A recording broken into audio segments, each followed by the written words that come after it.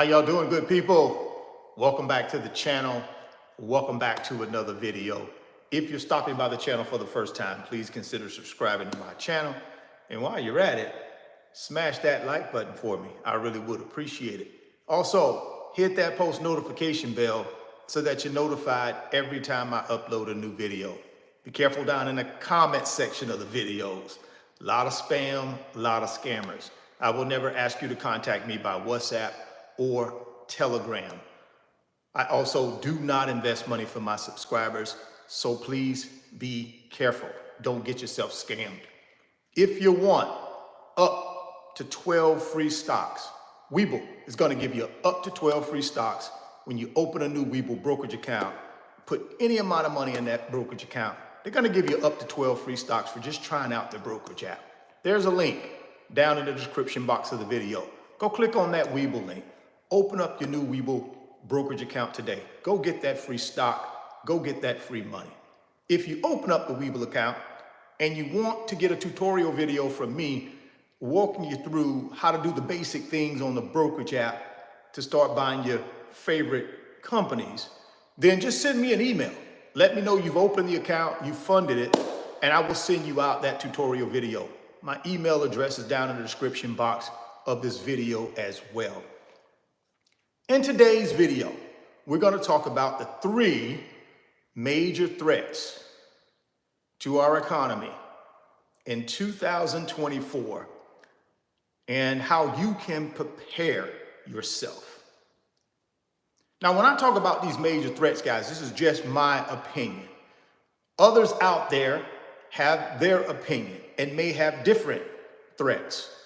But the ones I'm going to talk about, I think, for me at least, as I look at building my wealth in 2024, 2025, 2026, these 3, I believe, will impact the decisions that I make as an investor. So I thought I'd share my thoughts on these 3 mega threats with you tonight.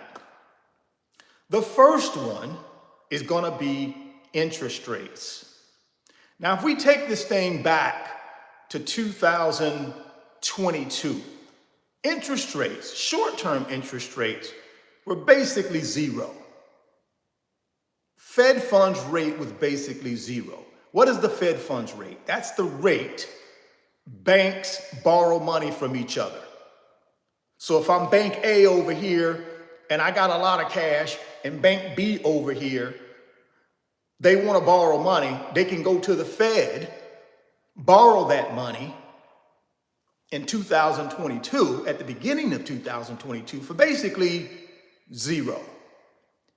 The Fed, though, started increasing that Fed funds rate in 2022 because inflation was starting to get out of control. And that is one of the ways the Federal Reserve brings inflation down, is by doing what? Increasing short-term interest rates. And when they increase short-term interest rates, that does what? It makes money that we borrow, that companies borrow, very expensive to borrow it. In an effort to stop people, consumers like you and I, and companies from borrowing money cheaply. When you make it too expensive to borrow, it makes no sense for companies or consumers to borrow it. And if we can't borrow money, if they take that potential money supply out of our economy, guess what happens? Prices come down. Inflation comes down, right? That's the whole methodology behind the Fed using the Fed funds rate, or AKA short-term interest rates. When they want to turn the money supply off, what do? They increase interest rates. They're turning part of the money supply off, which is the ability for consumers and businesses to borrow money cheaply. They turn that money supply off. When the Fed wants to turn the money supply on, what do? They decrease short-term interest rates and reintroduce borrowing cheaply to our economy so consumers like you and I and businesses then can go borrow money dirt cheap. We take that money as consumers. Some of us take that money and do what? We buy things, right? We buy things. Some of us also take that money and invest it. If we're smart, we take that money, it's cheap, I invest it. Businesses take that money and they invest it in their growth. They hire people. They do R&D for products. They expand. Maybe they build more facilities, right? More distribution centers. But those are the two things that the Fed does in order to do what? Stimulate our economy or cool off our economy if we're just getting out of control, like we were in 2022. We were out of control, right? Inflation was around 9%. It was too high. It needs to be at 2%. So the Fed started doing what? Cranking up the interest rates, jacking up the interest rates. If we fast forward to today, where our economy sits right now, we have to ask ourselves, what will the Fed do in 2024 when it comes to interest rates? Will they turn on the money supply or will they continue to keep the money supply turned off? What will they do with interest rates? That is a big situation, guys, when we go into 2024. Here's where the Fed is stuck between a rock and a hard place. Now, you got people over here screaming at the Fed saying reduce short-term interest rates because we can't survive. Our industry can't survive. Who would those people be? That would be people in the housing market industry, right? These people are being cut off at the knees. Why? Because interest rates for 30-year fixed rate mortgages are through the roof. Nobody is buying properties.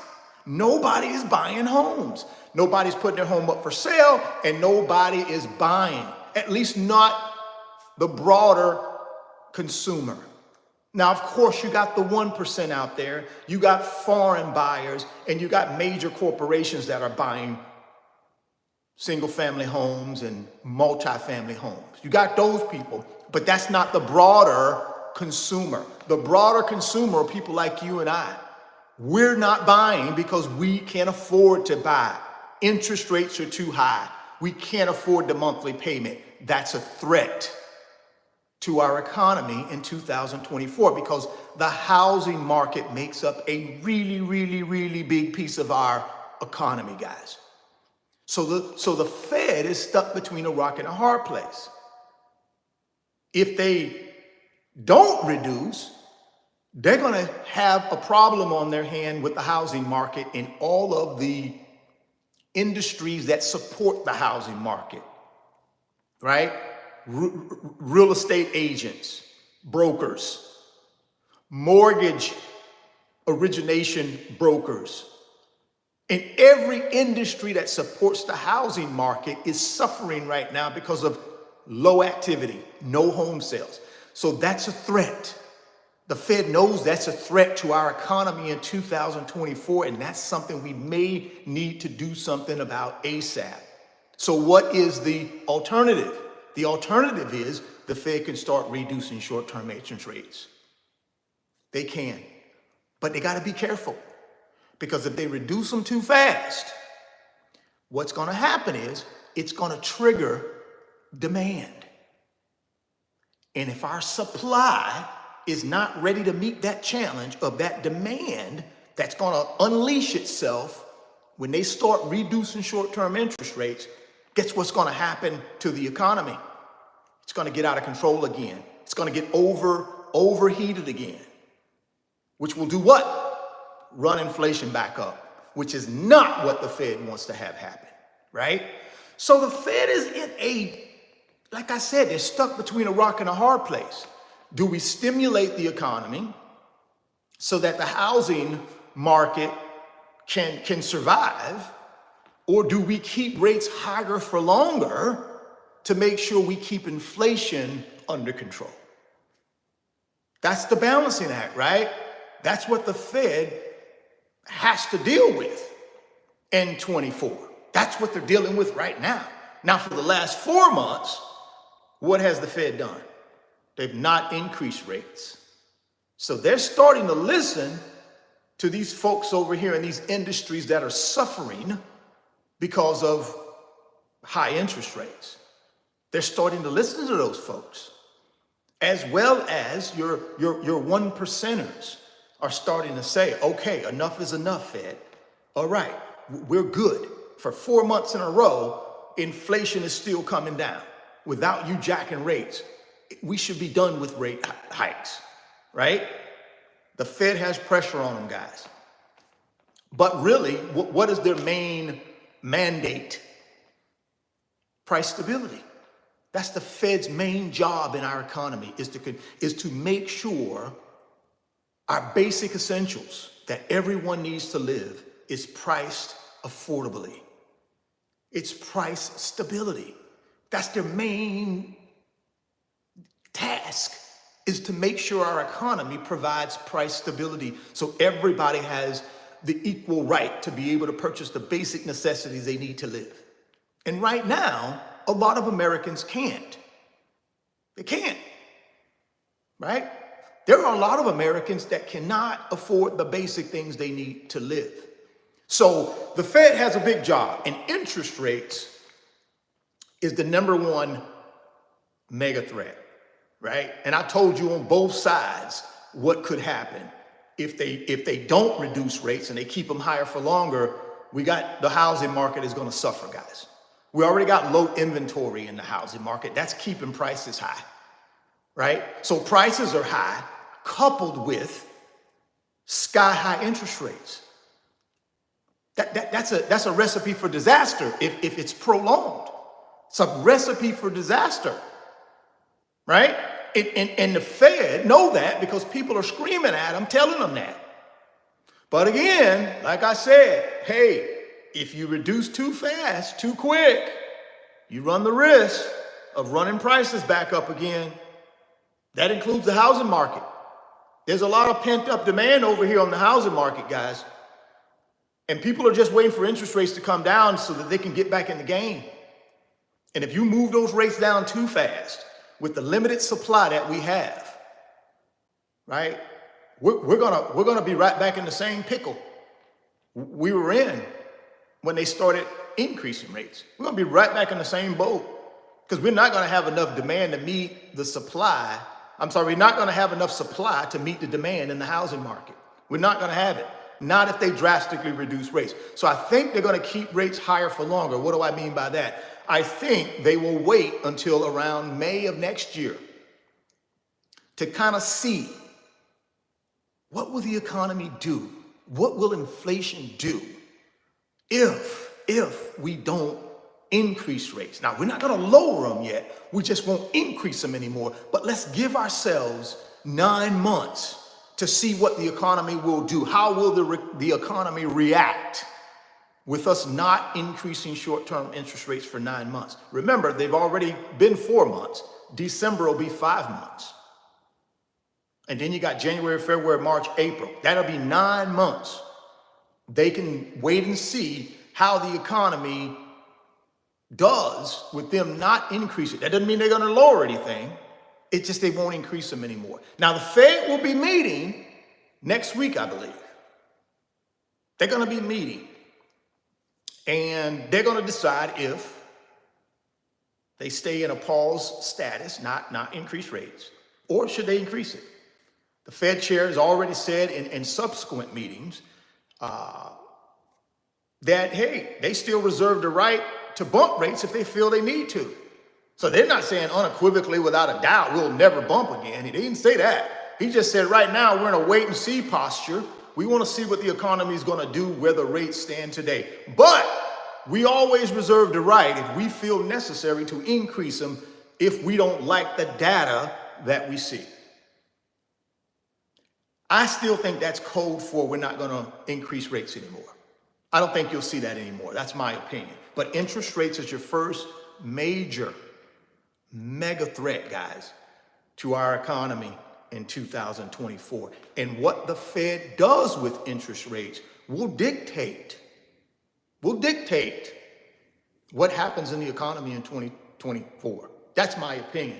You reduce rates, then guess what's going to happen over there in the stock market? It's going to go up. Why? Because you're giving companies access to cheap money again, and those companies are going to take that money and dump it into their growth. And if they get it right, they're going to be profitable, and their stock price is going to go up, which is what the stock market is made up of, just companies, right? So I think when you reduce interest rates, then you give the stock market an opportunity to do what? Thrive. Because obviously investors, when they have no other alternative but to go back to the stock market to make a return on their customers' money, when they have no other outlet other than the stock market, that's where they're going. Right now, they have an outlet because the money market rates and the U.S. Treasury bond rates are high, right? I can get a guaranteed 5% in a money market. I can get a guaranteed 5% in a Treasury bond, right? So they have somewhere to flee to. When the stock market starts acting volatile, they can just flee. But when that's taken away from them, which it will be when rates start going down, that option will be taken out of play. They're going to go ahead and go back to the market. That's why when rates go down, the stock market goes up, because you got all these investors are going to be coming back to the stock market when rates get too low that it doesn't make sense and they can't make any money. The only place they have to turn to then is the stock market. That's why I've been telling you guys all along, guys, you got to know what's happening here. You got to see the writing on the wall. We want to buy assets when what? Others are fearful. We want to sell assets when others get greedy.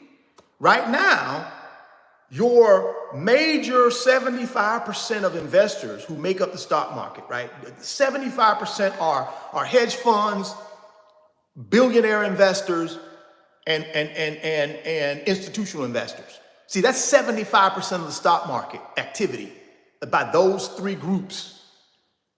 See, right now, they're somewhat fearful, right? They're not all in yet because they can get a 5% Treasury bond over here. They can get a 5% money market. When things go to getting volatile in the stock market, they can flee.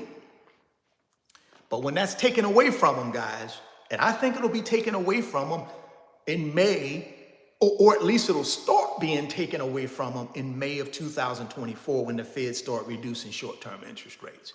So that's why I've been saying in my investment strategy for 2024, it starts right now.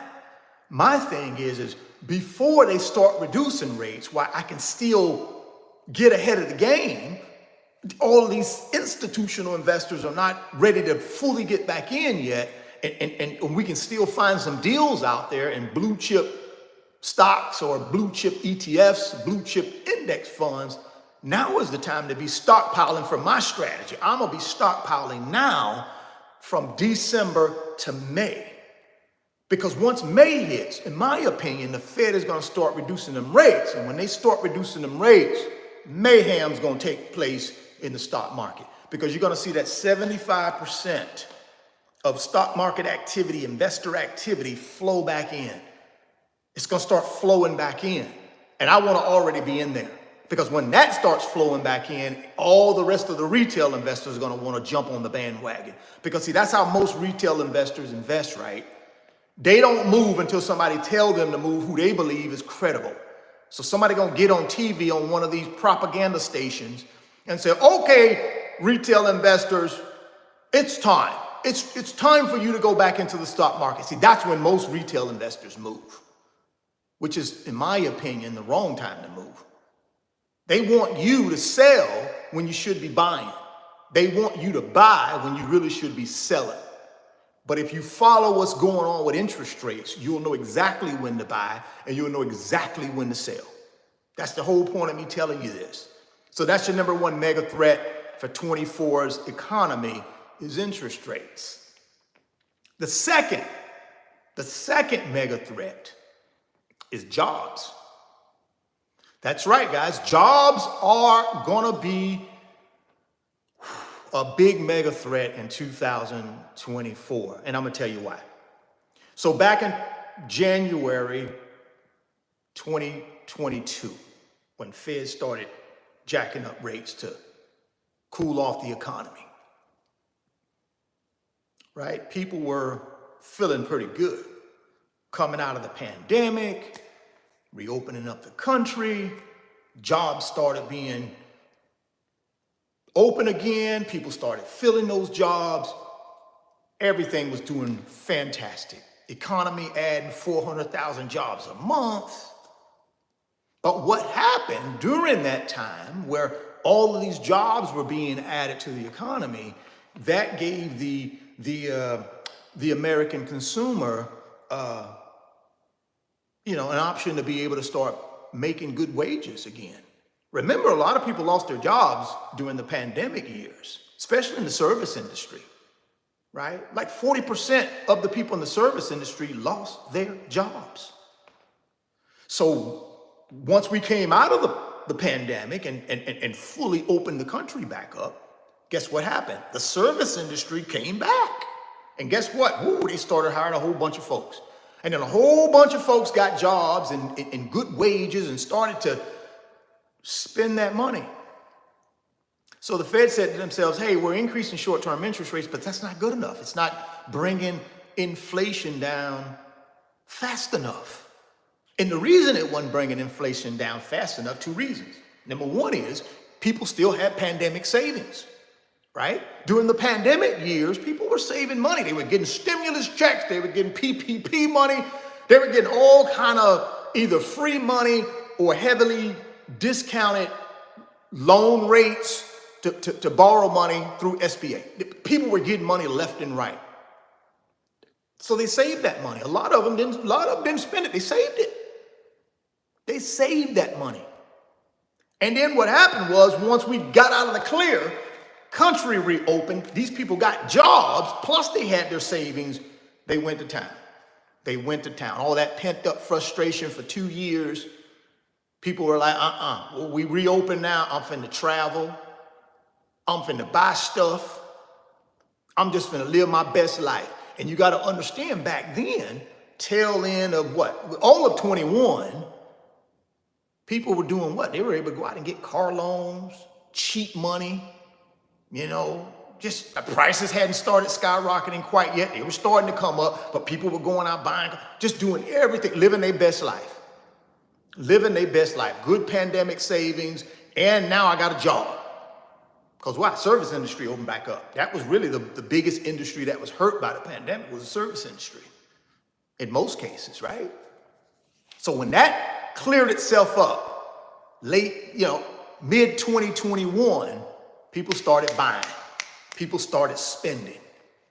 But see, with the jobs, they kept going up. The economy kept adding jobs. Record-breaking. Month after month after month. And the Fed said, you know something? We know the American people are going to spend all their pandemic savings because that's what we do. That's how we do in this country. We're not a country of savers, right? That's why 62% of people or 61% of people live paycheck to paycheck. So the Fed knew the pandemic savings would run out because people would spend it. But the Fed also knew they had to cool off the labor market. Because if Americans are not afraid that they're going to lose their livelihood or the way they take care of themselves, if they're not afraid they're going to lose that, they're going to keep spending. They're going to keep spending.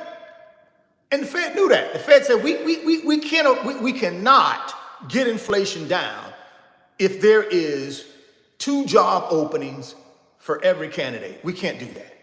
We can't do it.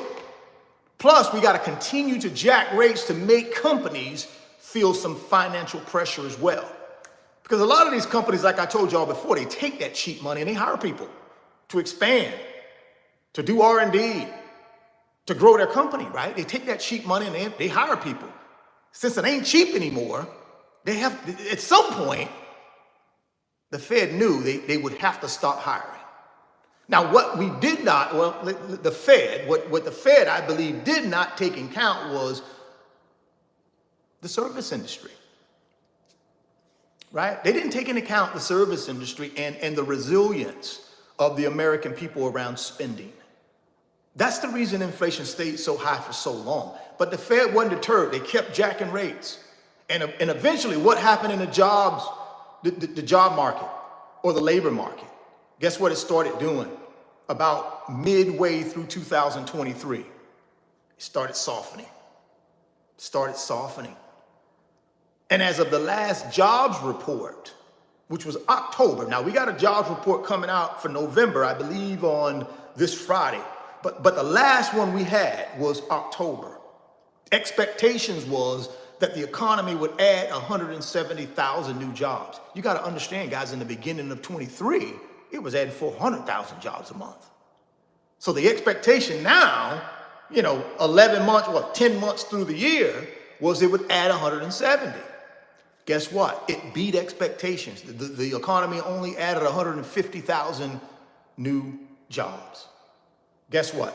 Fed was ecstatic. Why? Because it's working. I'd rather be at 150,000 new jobs added than 400,000. That means companies are starting to scale back on hiring, which means what? Americans just don't have all this choice now when it comes to employment. They don't have okay, if I get fired, I go over here, there's 3 other jobs waiting on me and they're gonna pay me more money anyways. They don't need that, because if that's the situation, Americans ain't gonna stop spending. They never will. So you got to put the squeeze on the labor market to get people fearful and afraid and, oh shoot, man, let me stop a little bit because I don't know, jobs aren't readily available like they used to be a year ago, so I better chill out on all this spending. Let me start saving some of this money again. And that's what the Fed wanted to have happen. Now, how does the jobs market or the labor market affect us in 2024? Once again, it comes back to the Fed. They got a tightrope act even with the labor market. Because if they keep interest rates higher for longer, guess what's going to happen? Companies ain't going to be able to hire people because they can't borrow money. At some point, companies need money, borrowed money, to grow. So they don't want to, they can't keep interest rates higher for longer too long, because if the economy stops adding any jobs, or very little, that could really freak people out financially, and they shut down buying altogether, and then it throws the economy into what? A recession. So the Fed don't want that. So I think they're happy where the labor market is today. I don't think they want to soften it anymore, because you risk shutting down the economy altogether, because our economy is made up of 70% consumer spending. People like you and I going out buying crap, right? So we can't, we want to inflict some financial pain on the American people, which the Fed has done that over the last 20 months. It's working. But you don't want to inflict so much that unemployment starts going up and the economy just altogether stops adding jobs. Then we're going to be in trouble. So that is a major threat, guys, in 2024. It's a major threat because the Fed has to walk that tightrope. They got to walk it, and they got to be perfect. They got to be flawless with these interest rates. See, the jobs market or the labor market, in my opinion, ties into interest rates. Now, it ties into interest rates. That's why I said the number one major threat is interest rates, followed by jobs. But the Fed has to get that right. They got to get it right. So what do I think they'll do? Again, they're going to keep interest rates higher for longer. But here's the compromise, right? This is the compromise to make sure we get this soft landing. We're not going to jack anymore. We're not going to reduce yet. But we're not going to increase anymore. See, that's the compromise. But see, behind closed doors, that's the compromise the Fed has made with the 1%. That's the compromise the Fed has made with the leaders of this country. That's the compromise. See, they don't tell us everything, guys. I keep telling y'all that. These folks, and these 1%ers and these people in power in our country, they keep us in the dark, man. They don't tell us really what's happening. They don't tell us really what's happening. So we have to kind of understand what's happening on our own, because they're not going to tell you the truth. You already know that. They're going to lie to you, look you right in the face and lie to you. That's just the way it's always been that way. See, they want to keep the masses confused, scared, afraid, because that's the only way they can manipulate you. That's the only way they can move you around and get you to do what they want you to do. Is they got to keep you off balance. They can't let you know the truth, or you ain't gonna follow their directions. They want to keep you scared. They want to keep you afraid. They want to keep you on the edge of your seat. Oh God, yeah, that's the only way they can control you.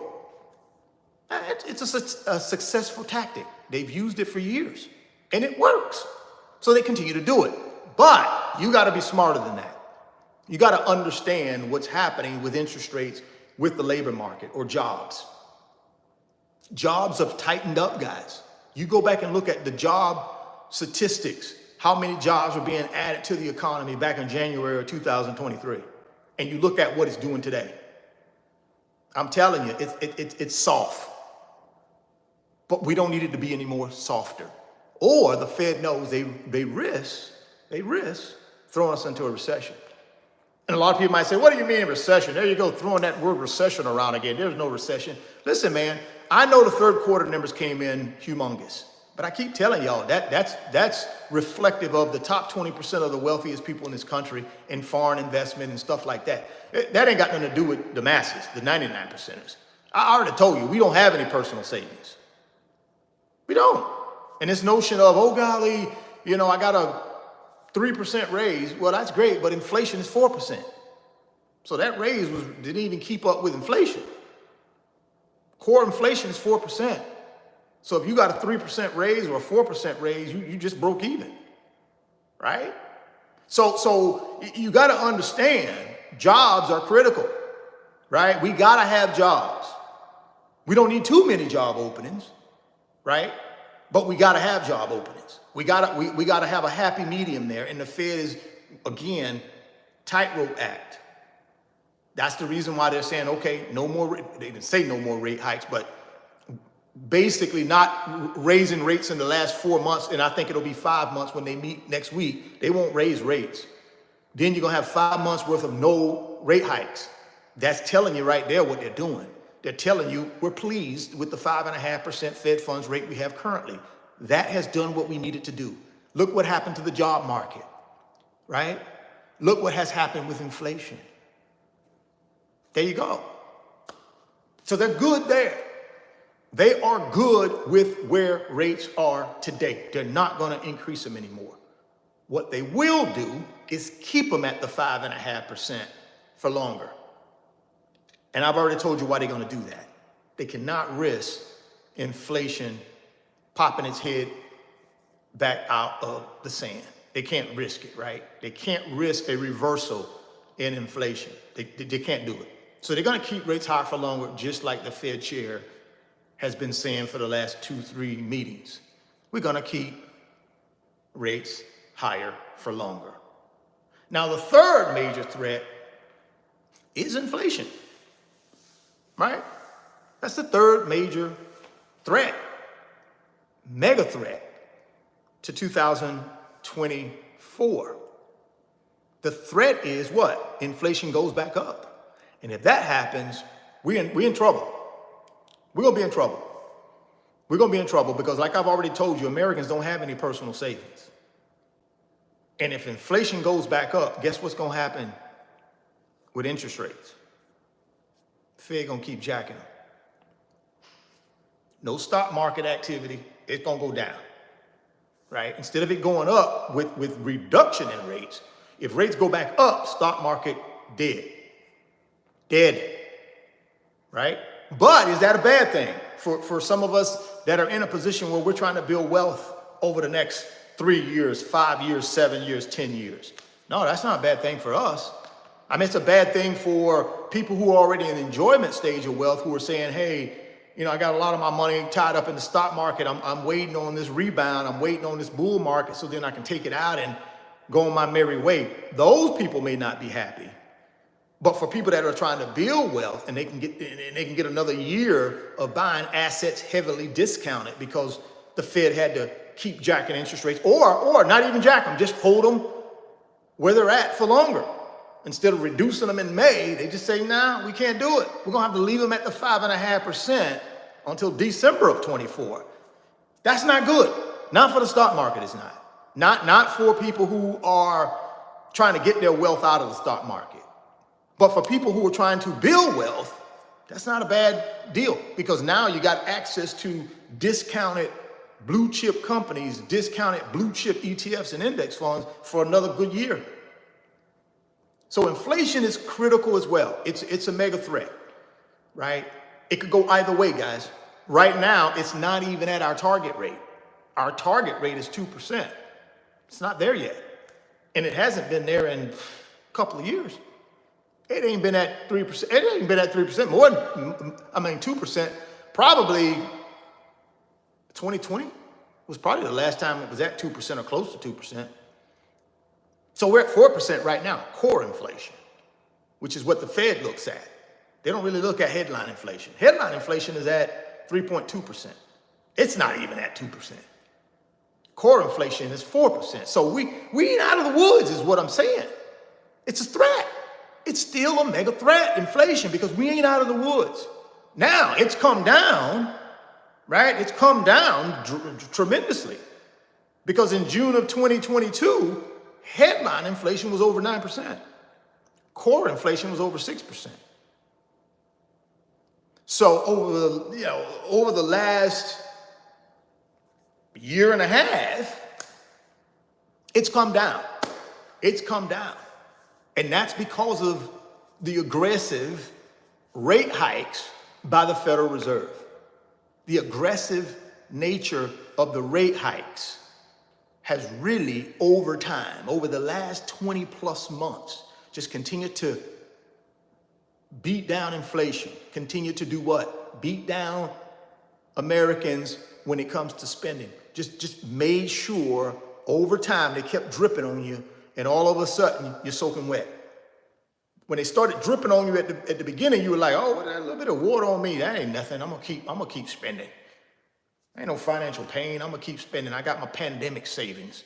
I'm gonna keep spending. I got 3 jobs I can go get right now if they fire me from this job. I ain't worried about y'all, Fed. They kept dripping on you though. All of a sudden you was like, oh shoot, my shirt getting a little wet now. I'm getting a little chilly. I better tighten up. Now all of a sudden you're soaked. And they know that because you got no pandemic savings, labor market cooling off. You got no choice now, right? You got no choice for a lot of Americans. Your upper 20% of the wealthiest families in this country still got a choice because they got assets. They got assets. But most of us don't have a lot of assets. Most of us have what? A job. And if we lose that job, one paycheck, we in financial ruin. That's most of us in the 99% bucket. If we lose our job and we don't quickly get another one, we're done financially. We're out of it. And the Fed know that. They caused that pain. See, we wasn't aware of it because we just thought, oh, they're just jacking these interest rates. That ain't hurt me. I got savings. I got a job. I'm good. But see, what you didn't realize was you would have to spend that pandemic savings just to make ends meet. Matter of fact, you're living on more than what you make. A lot of us, look at the credit card debt. I mean, listen, man, you don't have $1.3 trillion in credit card debt where you lead the world in credit card debt unless people got a problem saving. You don't have $1.3 trillion, guys, in credit card debt unless Americans have a problem with saving money. They have a behavior problem with money. You don't have that. If you had the right behavior, clearly we don't. That's why we have it.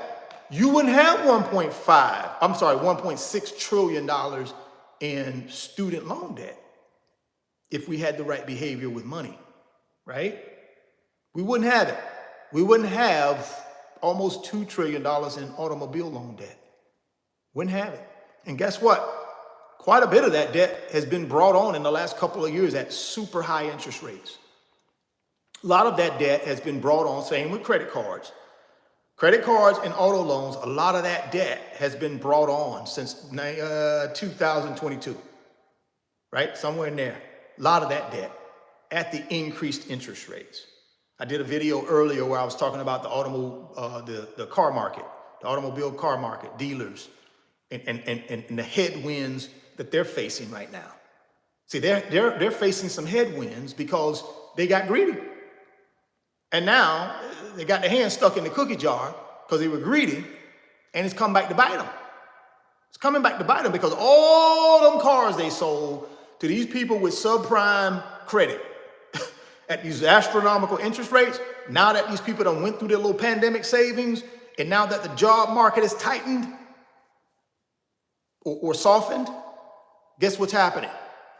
Default rates starting to go up. Repossessions starting to go up. And guess what caused that pain? Interest rates. Interest rates cause that pain.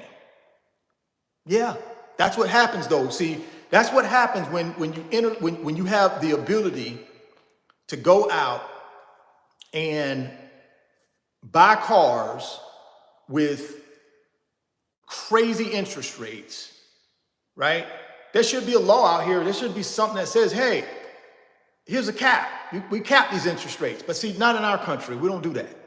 We'll let these people charge you whatever they want to charge you. Yeah, we got some usury laws in certain states that say, okay, well, you can't charge them more than 25%. I mean, come on, man, that ain't no cap. Please. That's not a cap. How you charging somebody 16, 18, 20% on a car loan? And then once they hit a financial bump in the road, you're surprised that they don't pay you? They hide the car, they don't pay, or some of them just mail the keys back to you and say, here's the address, go pick it up. I ain't paying you no more. You surprised at that? No, you shouldn't be. There should be a law against these banks and these lenders charging these crazy interest rates, because this is what happens. But the car industry, they deserve it because they got greedy, especially when there was a chip shortage and they couldn't produce a lot of new cars. What did they start doing?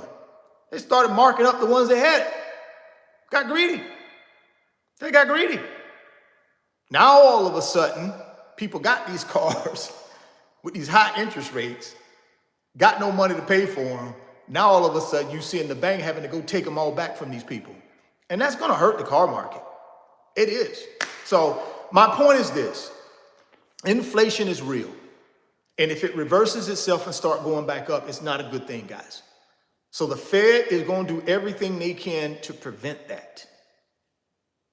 Right? Like I told you, they got a balancing act because they got people over here screaming at them, including the 1%. But then they got the American people, the 99%ers over here. Right? So they got a balancing act. Okay, do we listen to these folks and just drastically reduce interest rates, and all of a sudden we create this supernova of demand and we ain't got no supply? We just wiped out our 20 months worth of success bringing inflation down, because that's what's going to happen. You're going to have this supernova of demand, pent up demand, free itself if you drastically reduce those rates and you give people access to cheap money again. I'm telling you, that's what's going to happen. And the Fed know that. And they're saying, okay, do we, yes, we want to help the housing market. We want to help the housing industry and all of these industries associated with it. We understand their plight. We understand that without long-term interest rates coming down, AKA 30-year fixed rate mortgage rate coming down, these people won't survive another year. They know that. That's the reason they're not jacking anymore right now. But they also know over here, the broader consumer, the 99%ers, they got to protect them from a price stability standpoint. They got to protect them from a price stability standpoint. Again, the compromise is we're not going to reduce interest rates anytime soon, but the compromise is we won't increase them anymore. How about that? So even over here, we satisfy some of the folks over here, but we also protect the 99%, the most vulnerable ones of the 99% who really can't afford the basic things they need to live. That's what they got to do, right? right? That's what they got to do. So as investors, where are we at? We're like in the middle here, right? We're retail investors, not the big boy investors. They're going to make money regardless, right? Because they pull the strings. Either they're going to make it on the treasury bonds, or they're going to make it on other instruments that they may not have to go, or they're going to manipulate the stock market and have a bear market rally every now and then where they're going to trick us into doing something and they're going to make money that way and get out. They're going to be all right. The 75%, I don't worry about them. 75% of investors who are the big boy investors, I don't worry about them. What about us as the 25%? Right? We're retail investors. How can we take advantage either way? Here's the key. You got to be ready to pivot, right? You got to have money ready to pivot. You got to be able to be ready to put money in assets. I believe, like I said, I believe even with the Fed pausing and not increasing rates, there's still an opportunity to get some discounts out there. That's what I believe. Even though some of our favorite ETFs are trading at all-time highs right now, or at least the last time I looked at them. They were trading better than they were trading at the end of 2021, and that was historic. They're even trading better than that now, but will that last? I don't think it will. I don't think it'll last. I think it was a bounce that was created once investors, the 75%, knew that the Fed wasn't going to jack anymore. And they knew that when? November 1st, when they had their last meeting. The language that came from the chairman's mouth of the Federal Reserve gave them more clarity. Once they got that clarity, they jumped right back in the market. And that's where you saw the last bounce we just had, this bear market bounce. I don't think that lasts, though. I certainly don't think we're going to go down in a crater, but I don't think that lasts. So I think some of these assets that took the bounce, they're going to reset and come back down a little bit. And that's when there's an opportunity, in my opinion, or at least for me, to pick up some of them. And then what I do is when I pick them up, I wait until May and see what the Fed does in May. Now, I'm buying the whole time, though. But in May, let's see what the Fed does from a reduction standpoint. If they don't reduce in May or June, then I just keep buying, because I know there's a reason they didn't. They see something in the data that doesn't support them cutting rates just yet. Maybe inflation does something crazy, right? Maybe they see the labor market resurrect itself and start adding more. I don't know. But if they don't start reducing, that means the bull market, which is what I'm waiting on, is going to be delayed. So until that happens, I'm just going to continue buying my favorite ETFs, my favorite index funds, and my favorite individual stocks. That's what I'm going to keep doing. Because right now, yes, we're experiencing a really nice bear market rally. But again, I don't think that'll last. I think the real thing is coming when the Fed starts reducing interest rates. Up until then, I'm going to be looking for some deals. I'm going to be looking for some opportunity to deploy some money into paper assets that I believe I can make a nice return on over the next several years, next 3 years, next 5 years, next 10 years. And the opportunity will be there, but we got to be paying attention, and we got to be ready to do what? Take action. We can't just be sitting on the sideline reading a lot of books, right? Oh, I read a book. I read a book on this. I read a book on that. Well, what good is that? If you're not ready to take action and deploy money and take a chance on you, I don't know. I don't know how you build wealth if you're not willing to take some risks. But that's just me. I can't put my hand in your pocket and make you take money out and do anything with it. All I can tell you is what I'm doing. Now, you got to sit around and come up with your own strategy. I've given you what I think are the 3 mega threats for 2024 in our economy. I've given you what my opinion is. And it's just one opinion. I'm not an expert. I'm just a guy on YouTube. I'm just a guy that has been investing on his own for 25 years, both in real estate for income and in the stock market. Doesn't make me an expert. No, it doesn't. But it does make me someone who has some experience that I can lend my opinion to. That's all. I'm just giving you my opinion. You do go do your own research. You can go out there and come up with your own 3 mega threats. And you certainly can. I'm just giving you mine. That doesn't mean they're right. But I know my sense of direction is telling me exactly what I just told you. My gut feeling is telling me what I told you. All the data that I look at and that I read is pointing to the same thing. Now, you're going to have experts out there that say it's going to be terrible. You're going to have experts out there that say it's going to be great. You just got to figure out what to take into the filter system and then what to throw out. That's what I do. I listen to it. I take in what I want to take in, and then I just throw out what I don't need. And that's what you got to do. But you got to do it in such a way that you're not just sitting there like, oh God, I'm scared to death. I can't do nothing. You don't want to be that way, right? And if you're that way, you're easily manipulated by the 1%. As soon as you make up in your mind that you have a direction you want to go, then you free yourself from all this manipulation. Because right now, if you're afraid and you're scared and you're on the sideline waiting for somebody to tell you who you think have the credentials to tell you that. See, that's what a lot of people do. They'll sit on here and watch videos by myself and other creators like me and say, yeah, that's nice words, but I'm gonna watch CNN in the morning. I'm gonna watch MSNBC in the morning. I'm gonna watch Squawk Box. And that's where I get all my information from. What you don't understand is all that's controlled by the 1%.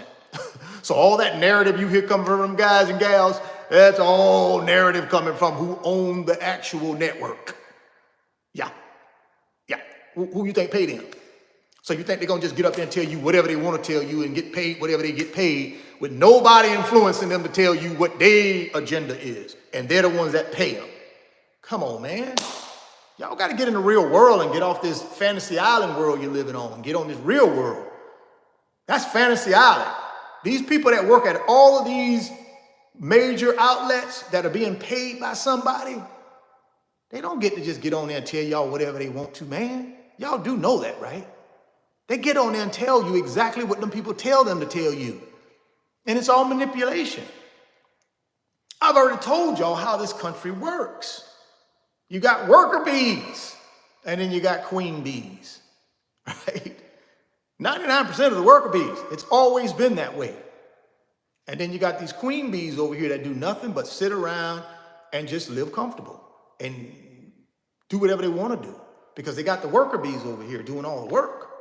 Now, the only way the worker bees will do all the work is we got to keep them confused. We got to keep them scared. We got to keep them panicky, in panic mode all the time. Got to keep them broke. Because if they ever find out how this thing really works and how to really make money and build wealth, we can't control them no more. See, they know that. They can't control y'all if they give y'all the real formula. They give y'all the real formula, they can't control you no more. This country goes to whatever, right? I'm just telling you, that's how it works. I mean, if you dispute that, okay, dispute it. But I guarantee you that's how it works in this country. You got worker bees and you got queen bees. 1% are the queen bees. They do very little, but they make all the money. They get all the honey. They get all the preferential treatment. They get all the cushy stuff. And then the worker bees over here doing what? Working their tail off, busy, creating, spending. And next thing you know, you roll over one morning, put your feet on the ground, you look up, you're 65. Right? You've been a worker bee for 65 years. Don't be a worker bee all your life, man. Don't be a worker bee all your life. Learn something from the 1%. Learn something from the queen bee. And then take that knowledge you learn and create some separation between you and the queen bee. How do you create separation? Assets. No, I'm not talking about a car. I'm not talking about your Gucci bag collection. I'm not talking about your whatever you be buying out here to make these other people wealthy, the 1% wealthy. Not that. I'm talking about real assets, real estate for income, businesses, paper assets, the type of assets that continue to go up in value and create passive income. Now I get to sit back, even though I'm not the queen bee, I get to sit back and enjoy life just like the queen bee. Why? Because I separated myself from the queen bee. I used to be a worker bee, but I learned from the queen bee. I don't want to be the queen bee, but I learned the techniques to how to take money and multiply from the queen bee. That's what you got to do. That's the only way you survive this thing, man.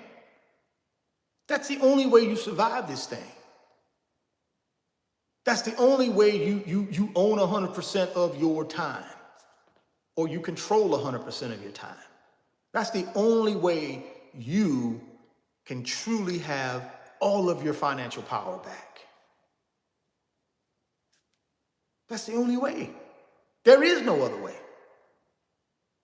Right? The other choice is you just be a worker bee for the rest of your life. That's your choice. Got two choices. They're cut and dry. Build wealth and do my own thing. Don't build wealth and I'm a worker bee for the rest of my life. That's it. There ain't no in between. It's two choices. You get to choose. Nobody gonna save you. So do me a favor. Think about these three mega threats I just talked about. Now, if you disagree with them, drop them down in the comment section. Let me know what your three mega threats are. Maybe they're different than mine. I'm comfortable with my three, but you got to be comfortable with your three. Better yet, what's your game plan? What are you going to be doing the remainder of 2023? What are you going to be doing in 2024? What's your strategy? What's your financial game plan? What's your financial pathway? How do you take your net worth from where it is right now higher? How do you do that? What's your plan? For those of y'all who are serious about getting your net worth from where it's at today to somewhere higher tomorrow, I got a company called RF Financial Consulting. And in that company, I'm a one-man show, one-man company. But I do 1 hour financial sessions where I talk to people about just what I just asked you. What's your plan? How do you go from where you're at today to a better net worth tomorrow? What's the plan to get there? Ain't nobody gonna give it to you. Ain't nobody gonna knock on your door and hand you a check for $1 million. That's not happening. You know that. That ain't happening. So if you're gonna increase your net worth from where it is today to something higher tomorrow, you need a plan. That's what I help people with. I help people put together financial pathways. Now, I'm not responsible for writing nothing down or any of that stuff. What I am, I'm a consultant. I'm not a financial advisor. So I'm not here to take money from people and invest it. No, I don't do that. That's not my deal. My deal is I work in a consulting capacity, right? I just show people different ways of increasing their net worth. I show people different ways, or I talk to people about different ways of multiplying money to increase net worth. I show people and talk to people about ways to keep their money and not transfer it through spending it on crap they don't need to the 1%, to the queen bee, right? So I mostly work with people just like you and I, regular folk who just trying to get in a position where they can control their own time, get in a position where they can control their own power, their own financial power, and ultimately get to the pot of gold at the end of the rainbow, where they got a nest egg that they can feel comfortable with. So if they do hit a bump in the road down later on in life, they got something to fall back on. So that's what I do in that company, RF Financial Consulting. It's a 1 hour session, guys. So my recommendation, if you're interested in that, have an idea of what you're trying to accomplish. Before you even contact me, sit down with yourself and say, you know something? Right now, my net worth is 50K. You know, realistically, if I can get my net worth to 100K by the end of 2024, that's a great start. And then I can accelerate from there.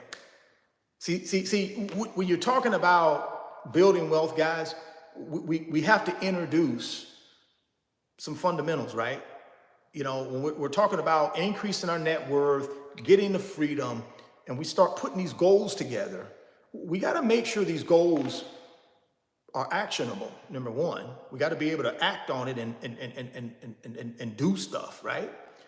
The next one has to be what? Realistic. I can't say I got a 50,000 net worth today and I want to, in 1 year, I want to get to 5 million net worth. Now, again, I'm not saying if you're a home run hitter and you can do that, more power to you. But most of us are not home run hitters. Most of us are lucky if we can bunt, hit a single, maybe the occasional double. I wasn't a home run hitter. It took me 20 years to do everything I did. I was not a home run hitter. I was a get on base guy. Hit a single, hit a double, occasional triple, but never home runs. And I was okay with that. See, in order to be a home run hitter, I got to take on too much risk. I didn't want all that risk on me and all that financial pressure on me. So I didn't want to be a home run hitter. I just wanted to be a guy that consistently got on base. And when you look at Major League Baseball, most of those guys do what? They just consistently get on base. You got very few straight out home run hitters. Very few compared to all the people in Major League Baseball. Very few. That's just a small microcosm of life. In this life, all the people we see, you got very few home run hitters. Most of us are going to just be guys that get on base. That's okay. Because if I get on base enough times, guess what? I get the freedom. I'm okay with that. I'm okay if I'm not a home run hitter. I just want to get on base. I just want to be a good hitter so that I can get on base. I do that enough times, I get the freedom. That's what I did. Over a 20-year period, got the freedom. Boom. Love it. Wouldn't trade it for the world. Wouldn't go back to work. Now, if I had to, the world caved in, got no other choice. I got a skill set, boom, jump right back in there and do my thing. But right now, I'm loving life. I get to get up and do whatever I want to do without having to worry about money. I think all of us should be in that position at some point in our life. We should be able to take that burden off of us and then be able to fully reach our potential as human beings. See, I don't think I could have really reached my full potential if I was a worker bee for the rest of my life. I don't think I could have. Now, maybe you can. I couldn't. I couldn't fully reach my potential as a worker bee for the rest of my life. I couldn't. So I had to figure out a way to stop being a worker bee at some point and really embrace life and then really figure out what my true purpose in this life was. But if I'm 9, 10, 12 hours a day on somebody's job, it's hard to figure that out, man, because that's all you're thinking about. As soon as you get home, you eat a little dinner, you put your little head on the pillow, boop, alarm go off, you back at it again. And for most of us, that's 5 days a week. Some of us, 6 days a week. That ain't no way for us to live, man, for the rest of our life. It's not. But you will live that life for the rest of your life if you don't figure out a way to take yourself out of this worker bee category. And it starts with you having a plan. So in the description box, there's an email address for my company, RF Financial Consulting. If you want me to have a conversation with you, again, I have a company. It's a for-profit company. It's not a nonprofit. So I charge for this service. So if you're not interested in that, that's okay. There's a lot of free information out there. The reason people pay for information a lot of times that I've learned is because they're trying to collapse time frames. See, they can go out and find the information on their own, but if they don't know where to look, if they look at the wrong thing, it may take them forever, they get procrastinate, they get scared, they get afraid, and they just don't do nothing. So a lot of people will say, well, hey, if I can find somebody I can relate to, and I'm willing to make an investment in myself, because you're not making an investment in me, you're making an investment in yourself. Because if you can take this information that I'm going to share with you and turn it into execution, then it was worth it. Now, if you're not going to take the information and turn it into execution, then don't do it. Just do what you've been doing. But if you're saying, you know something, I'm tired. I'm tired of being a worker bee. I'm ready to really make some changes in my financial life, but I need some guidance, right? Not somebody to hold my hand and skip me down the yellow brick road, but somebody that really can hear what my plight is and really give me some sound consulting based on his history of doing these things. Then check me out. Send me an email. Well, guys, I appreciate you. We getting late. So I'm gonna get on out of here. I just wanted to give y'all those 3 mega threats, according to me. That doesn't mean they need to be your mega threats, but they're my 3 mega threats for our economy in 2024. And I also provided you with some information how you need to prepare. How do you need to prepare? I told you, get your plan together, right? Stop living on more than what you make and start living on less than what you make. Live on a plan. Put yourself on a personal budget. Stop all of this, oh, I'm just going to keep it up here and forgetting what you spent, forget what you got coming in. Put it on a piece of paper. Put it on a spreadsheet. Track it. The goal is I want to have money left over at the end of the month to invest. If I got no money left over, I'm doing something wrong. Live on less than what you make. Live on a plan, personal budget. Get yourself out of consumer debt. That should be one of your paramount goals for 2024. I want to get myself out of consumer debt, and I'm going to do everything in my power to get out of consumer debt. That should be one of your goals. And then another one of your goals should be what? Save and invest. The saving piece is a 3 to 6 month emergency fund of your expenses. That's the save part. You should do everything in your power to make that happen in 24. The last piece is the invest piece. That's where you want to take that money that you have earned, that you have kept. That's the money you want to multiply.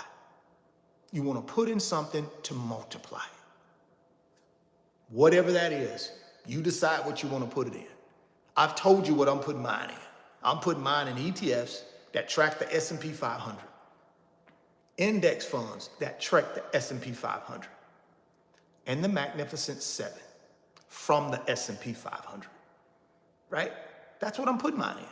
And I'm going to sprinkle in a tech ETF, probably VGT. That's it. It's pretty simple for me. I don't need 50 things, right? No crypto. I don't care what crypto boom is going on right now. No crypto. Not for me. Simple game plan. S&P 500 ETF, tech ETF, Magnificent 7. That's it. So I've told you what I'm doing. That don't mean you need to do that. I'm just telling you what I'm doing because I didn't want to leave the video without letting you guys know what I'm going to be rocking with. That don't mean you got to rock with it. I'm just telling you what I'm doing, right? Just to button this thing up. That's what I'm doing. Pretty simple. And that's what I will be doing all of 24. No matter what the Fed do, I'm buying, right?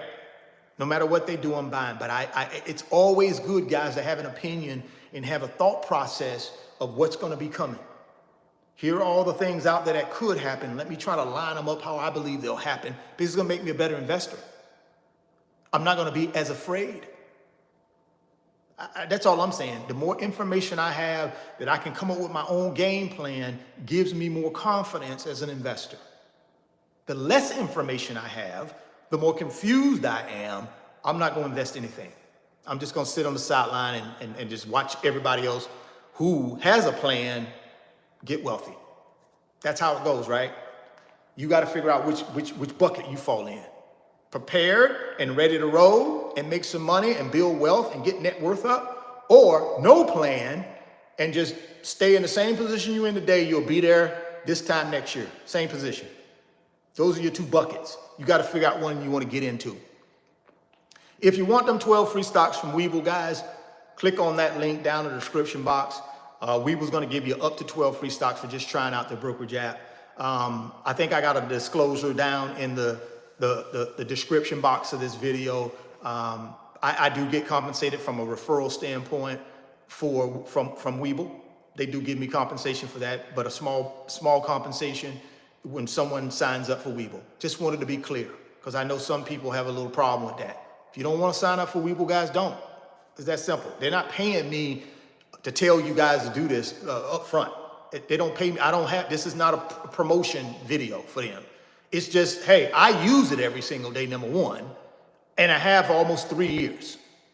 So, hey, if I can get a referral fee for introducing a product that I use every single day, then okay. If you want to slap me on the hand for that, slap me on the hand for it, whatever. But if you want the offer, it's down in the description box. But again, you don't have to do it if you don't want to. No skin off my back, right? Hit the thumbs up for me. Please do me that huge favor, guys. Hit that thumbs up for me. I appreciate you rocking with me. I appreciate the guys and gals who tune in every night that I'm out here on this live stream, just trying to give y'all this content, just trying to do my part. I do make videos as well, regular videos, shorter videos that I try to post throughout the day. But I love doing the lives, so that's why I'm doing them so frequently now, because I've gotten used to them, and I love the off-the-cuff interaction I have with you guys. So if you appreciate that, please hit the thumbs up for me. That's a way that you can say thank you to me and let me know you're rocking with me by hitting that thumbs up for me. I really would appreciate that. Also, share the video, right? Share it. This live stream is going to turn into a video up on my YouTube channel. So please just share it with somebody in your network, if you don't mind. It would go a long ways for me. It would be very helpful to me if you would share the video. So if you guys feel inclined to, please share it with somebody in your network. Thoughts become things. If you can see it in your mind, you can hold it in your hands. You guys keep chasing your greatness. Never stop believing in yourself. And I'm going to catch you guys on the next video. Peace.